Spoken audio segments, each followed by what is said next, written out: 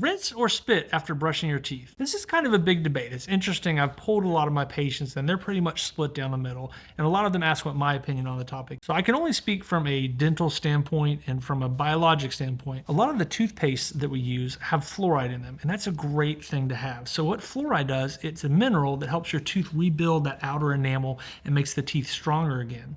So the theory that I subscribe to is once you brush your teeth, it's okay to spit out because obviously you don't want a bunch of stuff in your mouth.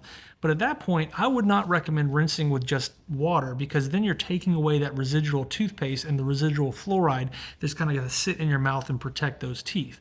But if you do want to rinse because you don't like the taste and you want to get that kind of foamy feeling out of your mouth, rinse with a mouthwash that has the antimicrobial or a fluoride component to it so you can re-strengthen and protect those teeth after you've taken away the fluoride toothpaste. So I know for some of you that the F word, fluoride, can be overwhelming and concerning. There's a lot of debate, and I'm not going to touch on that. But I will say the amount of fluoride in your toothpaste or some mouth rinses is absolutely safe, and it does a really good job of protecting those teeth.